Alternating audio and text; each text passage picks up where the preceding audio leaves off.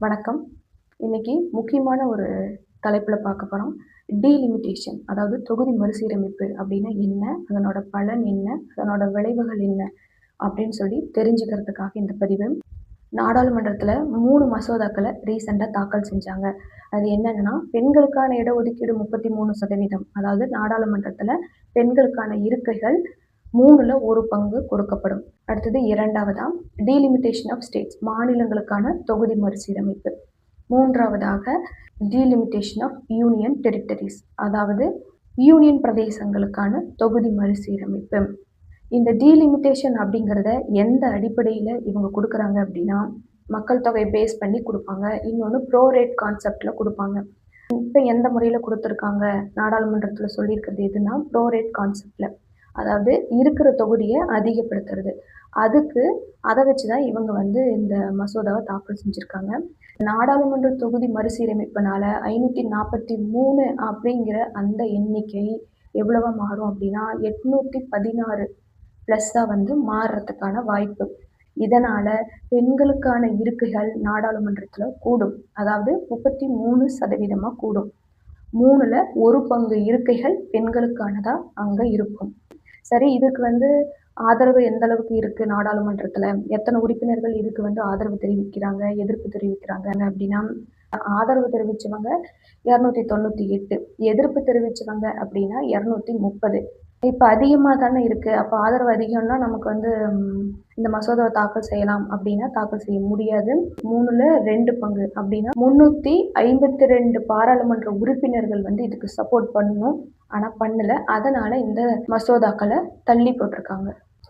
இப்போ இந்த டீலிமிட்டேஷன மக்கள் தொகை அடிப்படையில குடுக்கறதுனால என்ன மாரி விளைவுகள் அப்படின்னா, 1970ல இருந்து 2011 வரைக்கும் மக்கள் தொகை அடிப்படையில தான் இவங்க குடுத்துருக்காங்க. அதே அடிப்படையில இப்பவும் குடுத்தாங்க அப்படின்னா, பாதிக்கப்பட போறது தென்னிந்திய மாநிலங்கள் தான். ஏன்னா, மத்திய அரசு கொண்டு வந்த நாம் இருவர் நமக்கிருவர், நாம் இருவர் நமக்கு ஒருவர் அப்படிங்கிற முறைய இவங்க ஃபாலோ பண்ணதுனால, தென்னிந்திய சைடு மக்கள் தொகை இங்க கணிசமான அளவு குறைஞ்சிருக்கு. டோட்டல் ஃபெர்டிலிட்டி ரேட்டும் பார்த்தீங்கன்னா, கம்மியா இருந்திருக்கு. ஆனா, வட மாநிலங்கள்ல இந்த உத்தரப்பிரதேசம் இந்த மாரி மாநிலங்கள்லாம் பார்த்தீங்கன்னா, மக்கள் தொகை கூடுதலா இருக்கு. அப்ப இதன் அடிப்படையில குடுக்கும்போது, எங்கெல்லாம் மக்கள் தொகை அதிகமா இருக்கோ, அங்க எம்பி சீட்டு அதிகமாயிரும். இங்க கம்மியானதுனால, இங்க எம்பிக்கள் கம்மியாகுவாங்க அப்படிங்கிறதுனால இத அப்போஸ் பண்றாங்க. ஆனா, மத்திய அரசாங்கம் சொல்றது என்ன அப்படின்னா, இல்ல இத ப்ரோரேட் கான்செப்ட் தான் குடுக்குறோம். இப்ப தமிழ்நாடுன்னு எடுத்துக்கிட்டோம் அப்படின்னா, 40 தொகுதின்னா, அதுல 50% 20. அப்ப 60 தொகுதிகள் தமிழ்நாட்டுக்கு கிடைக்கும். இப்ப உத்தரப்பிரதேசம் மாரி மக்கள் தொகை அதிகமுள்ள அந்த மாநிலங்களுக்கு எப்படி இருக்கும்னா, இப்ப 80 சீட் இருக்கு அப்படின்னா, அது 120ஆ மாறும். இத ஏன் அப்போஸ் பண்றாங்க அப்படின்னா, மக்கள் தொகை அடிப்படையில போறதுனால, தென்னிந்திய மாநிலங்களுக்கான பிரதிநிதித்துவம் குறையும். இது தென்னிந்திய உரிமைகள பறிக்கிற மாரி ஆயிரும் அப்படின்னு சொல்றாங்க. ஆனா, பாரத பிரதமர் மோடி அவர்கள் ஒரு உரைய குடுத்திருக்காங்க. அந்த உரையில என்ன அப்படின்னா, மக்கள் தொகை அடிப்படையில கொடுக்கப்படல. ப்ரோரேட் கான்செப்ட் படி தான் குடுக்குறோம். அதாவது இருக்கிற தொகுதியிலிருந்து 50% உயர்த்தப்படும். அப்படி உயர்த்தப்படும்போது, ஏற்கனவே இருக்கிற அந்த இருக்கைகள தட்டி பறிக்கிற மாரி இருக்காது. புதியதா வரக்கூடிய அந்த இருக்கைகள் பெண்களுக்காக ஒதுக்கப்படும். இதனால 40 வருஷமா தள்ளி போட்டுக்கிட்டே வந்த இந்த ஒரு பிளானிங்க நாம நடைமுறைப்படுத்தவும் முடியும். அவங்களுக்கான வாய்ப்பு கொடுக்கப்படும். அதிகாரம் அவங்க கையில வரும். அரசாங்கம் எடுக்கிற முடிவுகள்ல அவங்களும் கலந்துக்க முடியும். அப்படிங்கிறத இவரு சொல்லியிருக்காரு. சாதாரண குடும்பத்திலிருந்து வரக்கூடிய பெண்கள் கூட நாடாளுமன்றத்துல பங்கேற்க முடியும். இது காலத்தின் கட்டாயம். பெண்கள அரசாங்கத்துக்குள்ள கொண்டு வரது காலத்தின் கட்டாயம். அதனால இத கொண்டு வந்து தான் ஆகணும் அப்படின்னு சொல்றாரு. சமமான வளர்ச்சிய எல்லா மாநிலங்களுக்கும் கொண்டு போய் சேர்க்க முடியும்.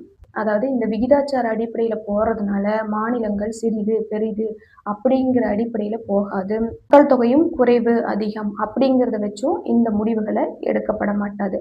அதனால மத்தவங்களோட உரிமையும் பறிக்கப்படாது. புதிதா வரவங்களுக்கு, பெண்களுக்கு வாய்ப்பும் கொடுக்கப்படும் அப்படின்னு அவர் உரையில சொல்லியிருக்காரு. இறுதியா இதுல அவர் சொல்லி முடிச்சது என்ன அப்படின்னா, எந்த ஒரு மாநிலத்தின் பிரதிநிதித்துவமும் குறைபடாது அப்படின்னு சொல்லிட்டு, ஆனா அனைத்து மாநிலங்களோட இருக்கைகள் விகிதாச்சார அடிப்படையில அதிகரிக்கும் அப்படின்னு மட்டும் தான் சொல்லியிருக்காங்க. ஆனாலும் இத அப்போஸ் பண்றவங்க மக்கள் தொகை அடிப்படையில இருந்த பாதிப்பு தென்னிந்திய மாநிலங்களுக்கு தான், தென்னிந்திய மாநிலங்களுக்குன்னு சொல்றாங்க. அதுக்கு திரு அமித்ஷா அவர்கள் என்ன சொல்லியிருக்காங்க அப்படின்னா, இந்த சட்டத்த கொண்டு வந்தா உறுப்பினர்களோட அங்கீகாரம் தேவை. அது மட்டும் இல்லாம இத வந்து குடியரசுத் தலைவரும் வந்து இத அங்கீகரிக்கணும். மேலும் இதை இப்ப நடைமுறைப்படுத்த போறதில்ல. 2029க்கு பிறகு தான் வந்து இது வந்து நடைமுறைப்படுத்தப்படும். அதுவரை இப்ப என்ன முறையில நடக்குதோ, அந்த அடிப்படையில தான் இது நடக்கும் அப்படின்னு சொல்லி அவங்களும் சொல்லியிருக்காங்க. ஆனா, இத எந்த அளவுக்கு இத சரியா கொண்டு வந்து எல்லா மக்களுக்கும் நன்மைகள கொண்டு போய் சேர்க்குறாங்க அப்படிங்கிறது பொறுத்திருந்து தான் பார்க்கணும். நன்றி.